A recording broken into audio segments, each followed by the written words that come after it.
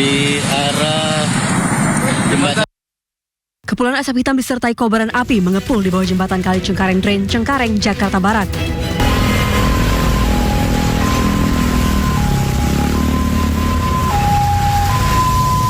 Warga panik karena api terus membesar, bahkan mengganggu pengguna jalan. Api diduga berasal dari kabel internet dan menyambar kabel listrik. Penyebabnya diduga korsleting listrik. Pipa. Udah ada apinya nih, nggak ada nih. Astagfirullahaladzim, ya Allah. Kobaran api bisa dipadamkan setelah satu mobil pemadam dikerahkan ke lokasi. Kabel yang terbakar langsung diperbaiki oleh petugas internet. Dari Jakarta, Biftaul Gani melaporkan.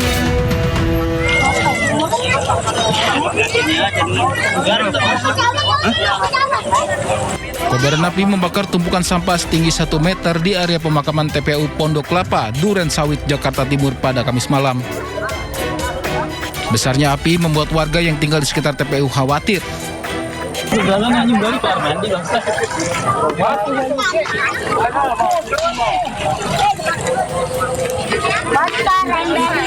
Warga pun berupaya memadamkan api dengan alat seadanya. Api diduga berasal dari puntung rokok yang dibuang sembarangan. Di tempat sampah, kirain kan di sini, katanya di situ.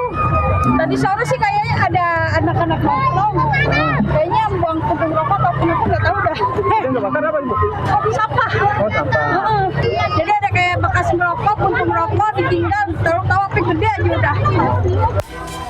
Kebakaran baru bisa dipadamkan 1 jam kemudian setelah 7 mobil pemadam kebakaran dikerahkan ke lokasi. Dari Jakarta, Rizky Falupi, iNews melaporkan.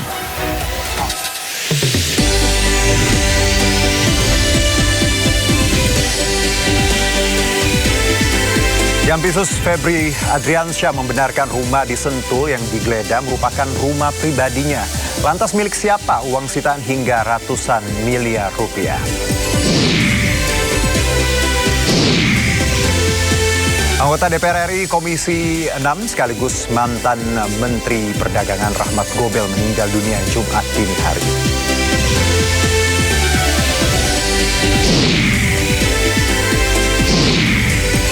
Mustafa Khamenei, putra mendiang Ayatullah Ali Khamenei, memimpin sholat jenazah.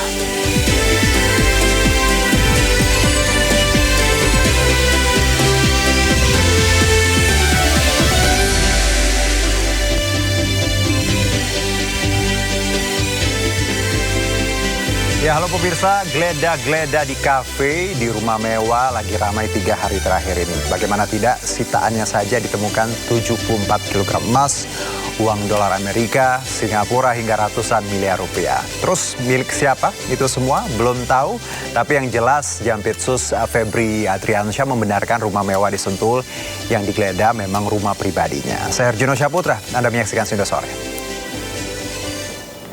Kita ke informasi yang pertama, petugas diduga terlambat menutup palang pintu. Sebuah truk box ditabrak kereta di Nganjuk, Jawa Timur. Akibatnya sopir truk tewas dan seorang pengendara motor luka tertimpa truk.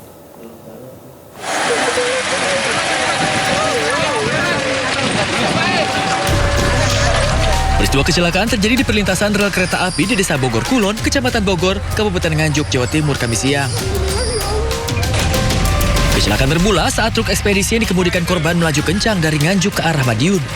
Saat tiba di perlintasan kereta api, tiba-tiba ada kereta api Logawa yang posisinya sudah sangat dekat dan langsung menabrak truk tersebut.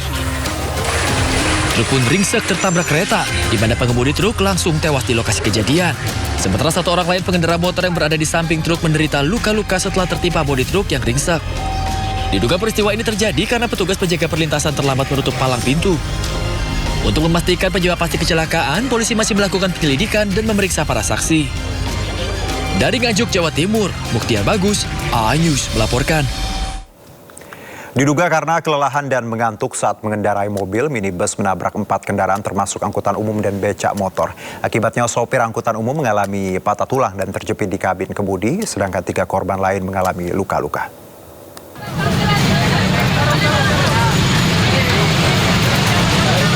Kecelakaan beruntun melibatkan minibus dan 4 kendaraan lain termasuk angkutan umum dan becak motor terjadi di Jalan Poros Goa, Takalar, Kabupaten Goa, Sulawesi Selatan.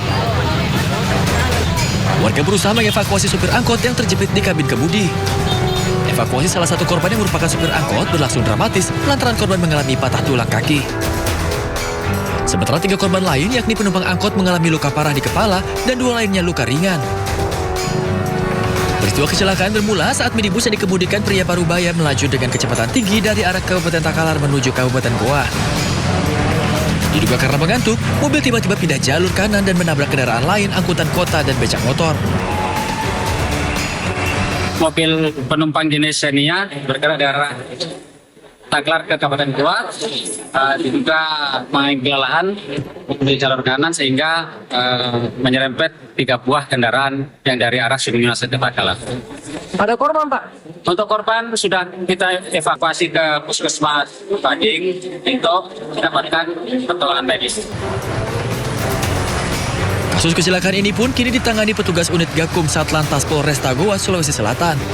Guna penyelidikan, 5 kendaraan dibawa ke posko unit Gakum Satlantas Polresta Goa sebagai barang bukti. Dari Kabupaten Goa, Sulawesi Selatan, Bukma, iNews melaporkan. Ya, pemirsa, kurang dari 1 kali 24 jam, Subdit Resmot Ditreskrimum Polda Metro Jaya berhasil mengungkap kasus perusakan mobil di kawasan Sunter, Jakarta Utara yang viral di media sosial. Ya, inilah pelaku berinisial GV yang berhasil ditangkap tanpa perlawanan di SPBU kawasan Kramat Raya Kuitang, Jakarta. Pelaku terekam video telah melakukan penghadangan kendaraan dan pengrusakan hingga dijerat pasal 521 KUHP Undang-Undang Nomor 1 Tahun 2023 dengan ancaman 2 tahun 6 bulan penjara.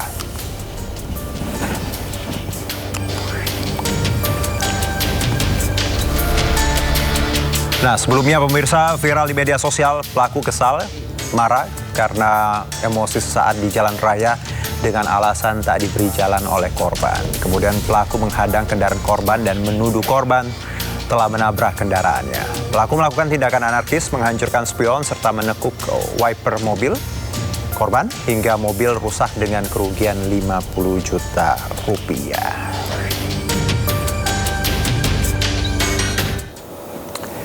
Ya, 3 pekerja ditemukan tewas dalam gorong-gorong di kawasan Taman Mini Indonesia Indah Cipayung, Jakarta Timur. Korban diduga tewas akibat kekurangan oksigen.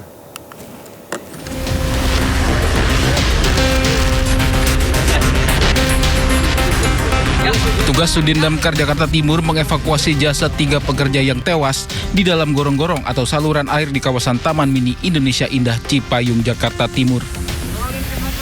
Menggunakan katrol, satu persatu jasad dievakuasi petugas. Menurut laporan petugas, para pekerja tewas saat bekerja memperbaiki pipa saluran air sedalam 7 meter. Dugaan sementara, para korban alami kekurangan oksigen. Informasi dari lokasi itu sedang ada pekerjaan pump, Pak. Di dalam? Iya, di dalam, Pak. Dengan ketinggian berapa, Pak? Untuk ketinggian kurang lebih 7 meter 30. 7 meter? Kurang lebih 7 meter setengah. Tadi pada saat ditemukan kondisinya sudah meninggal dunia semua ya, Pak? Untuk semuanya kondisi korban sudah meninggal semua. Informasi jelas penyebab korban meninggal kemungkinan kekurangan oksigen, Pak. Ini baru dugaan aja, Pak. Ketika jenazah yang berhasil dievakuasi langsung dibawa ke Rumah Sakit Polri untuk diotopsi. Dari Jakarta, Rizky Falupi, iNews melaporkan. Kita beralih ke informasi berikutnya, pemirsa. Kabar duka datang dari dunia politik dan bisnis Indonesia. Anggota DPR RI Komisi 6 sekaligus mantan Menteri Perdagangan Rahmat Gobel meninggal dunia Jumat dini hari.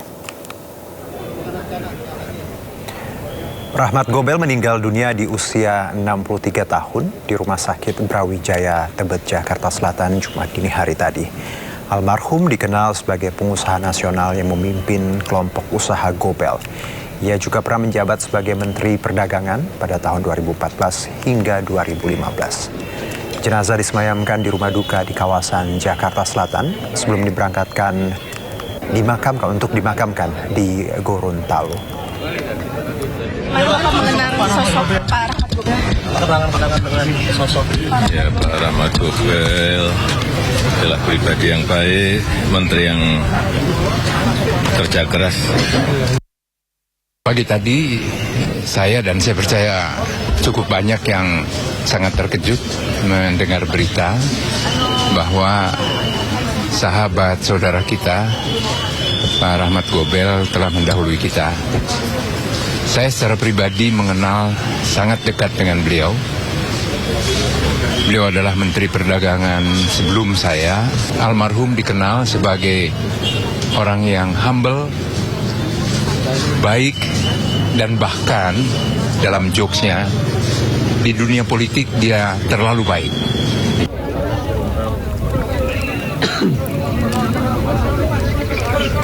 Ya, pemirsa, jenazah Rahmat Gobel dimakamkan di Taman Makam Pahlawan, Kalibata, Jakarta Selatan. Prosesi pemakaman berlangsung secara militer sebagai bentuk penghormatan atas jasa-jasa almarhum kepada bangsa dan negara. Upacara pemakaman dipimpin Wakil Ketua DPR RI, Saan Mustafa. Pemakaman turut dihadiri sejumlah tokoh nasional termasuk mantan Wakil Presiden Yusuf Kala.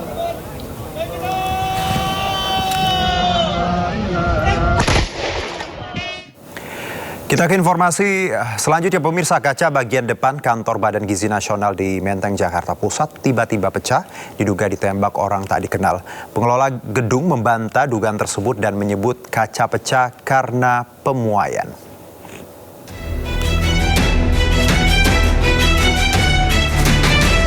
Kantor Badan Gizi Nasional yang berlokasi di Jalan Kebon Siri, Menteng, Jakarta Pusat mendadak ramai pada Kamis siang. Kaca di lantai 2 tiba-tiba pecah dan pecahannya berserakan di area parkiran. Pecahnya kaca di kantor BGN sempat diduga teror penembakan oleh orang tak dikenal.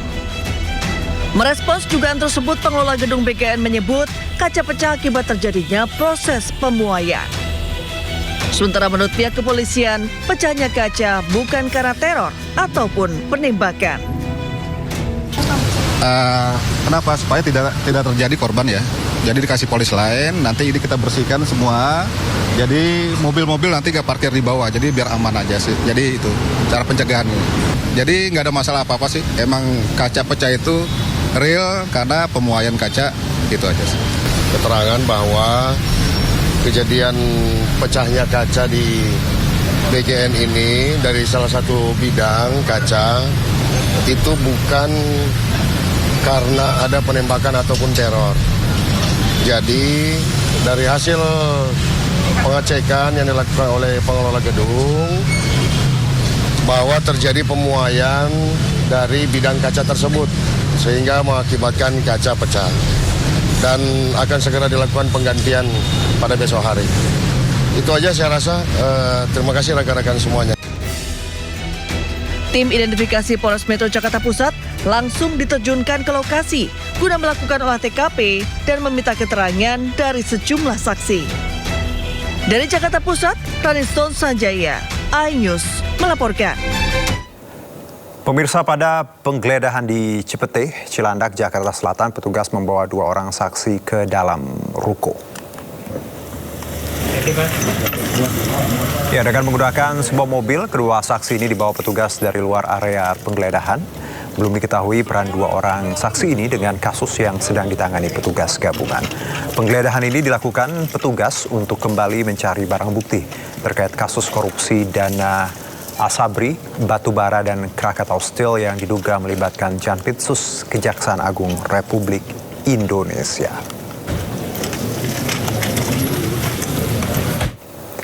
Ya, Polda Metro Jaya menyebut sejumlah dokumen dan komputer diamankan polisi saat menggeledah sebuah ruko di Cipete, Jakarta Selatan, Jumat dini hari. Ruko tersebut merupakan lokasi ke-13 dalam rangkaian penggeledahan tim gabungan Kortas Tipikor Polri bersama Polda Metro Jaya atas kasus dugaan korupsi batubara.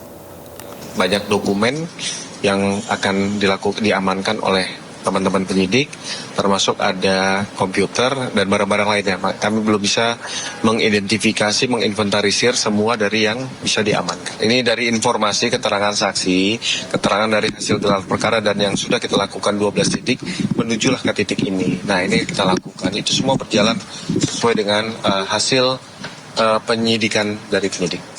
Ya, dan untuk mengetahui update terbaru dari penggeledahan ruko di Cipete, kita bergabung dengan rekan Indira Utomo di Cipete Selatan. Selamat sore Indira, ada perkembangan apa di sana? Silakan.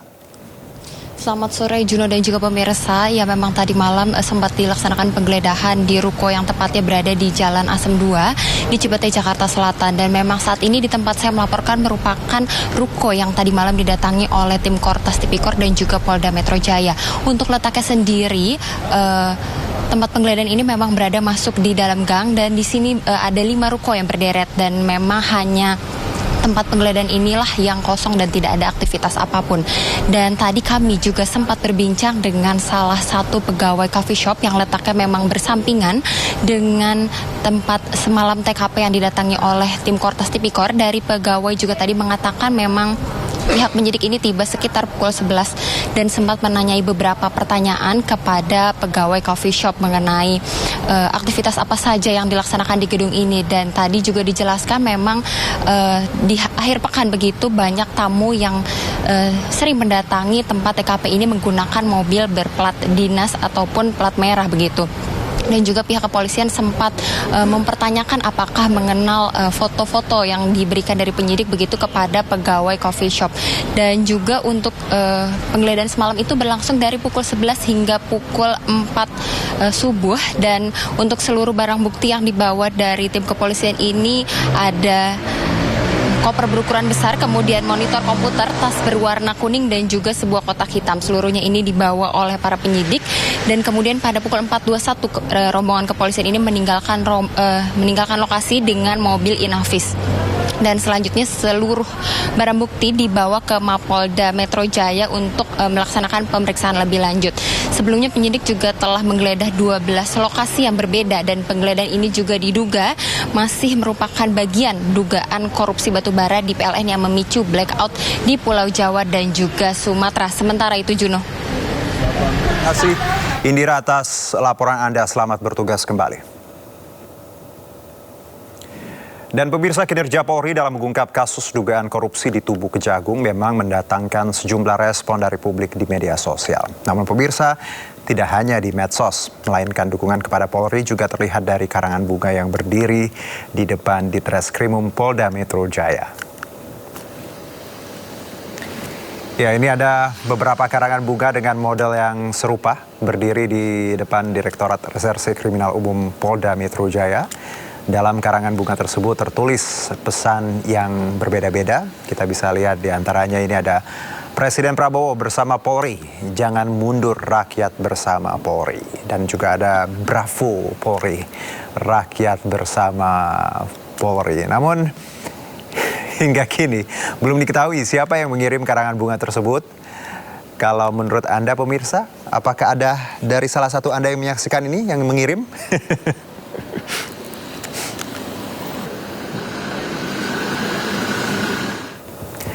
Ya, Jampitsus Febri Adriansyah membenarkan rumah mewah di Sentul Bogor, Jawa Barat yang digeledah kepolisian merupakan rumah pribadi miliknya. Namun Febri tak menjelaskan gamblang soal uang miliaran dan emas 74 kg yang ditemukan di brankas dalam tembok rumah.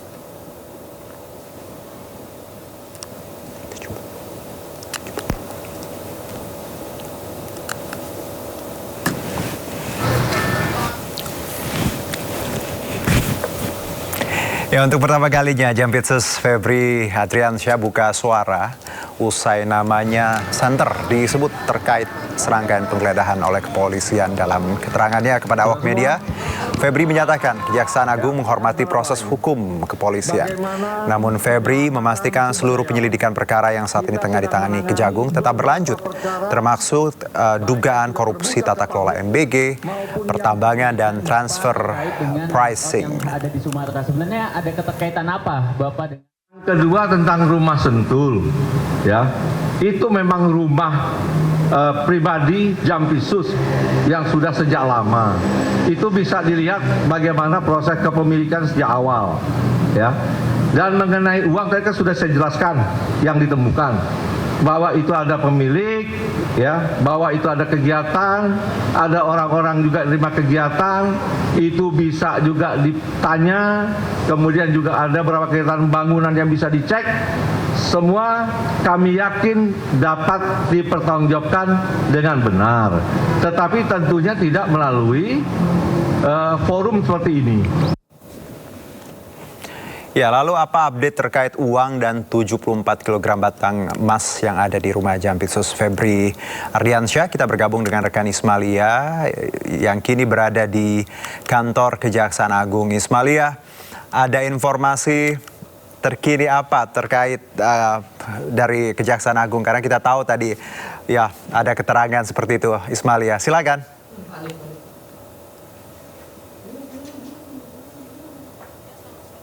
Ya baik, Ismalia. Dari Jampitsus Febri Ardiansyah ini melakukan konferensi pers mengenai berita-berita yang santer terdengar beberapa waktu ini, terutama terkait penggeledahan yang dilakukan yang di rumahnya di kawasan Sentul dan juga Cafe The Clan di Cipete. Dan tadi saja baru dilakukan konferensi pers bahwa Jampitsus Febri Ardiansyah ini mengakui bahwa rumah tersebut yang berada di Sentul yang kemarin digeledah ini merupakan rumahnya, namun untuk temuan uang dan juga emas batangan yang ditemukan pada saat penggeledahan ini diakui bahwa itu adalah bukan miliknya, dan uang-uang tersebut atau barang-barang tersebut yang ditemukan pada saat penggeledahan ini ada pemiliknya. Namun dari Jampitsus Febri sendiri ini tidak merincikan siapa pemiliknya. Dan juga untuk mengenai penggeledahan di Cafe The Clan ini tadi Jampitsus Febri ini mengatakan bahwa dirinya tidak memiliki keterkaitan maupun juga keterkaitan bisnis pada Cafe The Clan tersebut. Dan juga tadi Febri Ardiansyah ini juga menuturkan bahwa saat ini banyak isu yang beredar di media sosial bahwa dirinya mengundurkan diri sebagai Jampitsus. Ini juga tadi dipantau oleh dirinya bahwa sampai saat ini dirinya masih melakukan tugas dan bahkan masih menerima bahan-bahan dari pimpinan untuk segera dieksekusi. Tadi juga selain beberapa poin yang sudah saya sampaikan, tadi Febri juga mengatakan bahwa dirinya menghormati terhadap proses penyidikan yang dilakukan Polri dan juga ini memastikan bahwa kinerja Jampitsus tetap berjalan normal seperti biasa. Seperti kita ketahui bahwa sebelumnya Kortas Tipikor Polri ini melakukan penggeledahan di sejumlah titik, terutama di kawasan Sentul, di rumah Jampitsus sendiri dan juga di Cafe The Clan. Dan sampai saat ini memang dari Kejagung tadi baru saja melakukan konferensi pers, terutama konferensi pers yang dibicarakan oleh Jampitsus Febri Ardiansyah. Kembali ke Anda. Baik, Ismalia, terima kasih atas laporan Anda, Ismalia. Selamat bertugas kembali. Sementara itu pemirsa, Bupati Sukoharjo Eti Suryani terjaring dalam operasi tangkap tangan yang dilakukan Komisi Pemberantasan Korupsi. Eti diduga terlibat dalam kasus pemerasan terhadap perangkat daerah di wilayah yang dipimpinnya.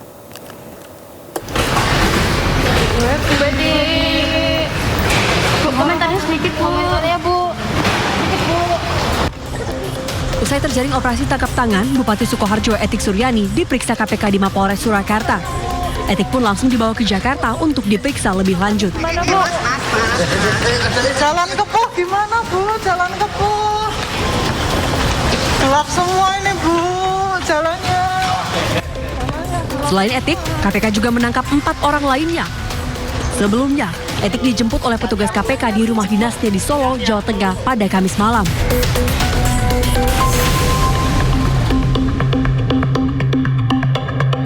Saat dikonfirmasi, juru bicara KPK Budi Prasetyo mengatakan penangkapan ini terkait kasus dugaan pemerasan. Etik diduga memeras perangkat daerah di wilayah yang dipimpinnya. Etik Suryani menjabat sebagai Bupati Sukoharjo sejak tahun 2021. Etik terpilih lagi pada tahun 2025 lalu. Pada periode keduanya, Etik berpasangan dengan Wakil Bupati Eko Sabto Purnomo yang diusung oleh Partai PDI Perjuangan. Dari Solo, Jawa Tengah, Septiantoro, iNews melaporkan. Gubernur Riau nonaktif Abdul Wahid dituntut 8 tahun 6 bulan penjara dalam kasus dugaan pemerasan. Selain itu harta kekayaan juga terancam disita.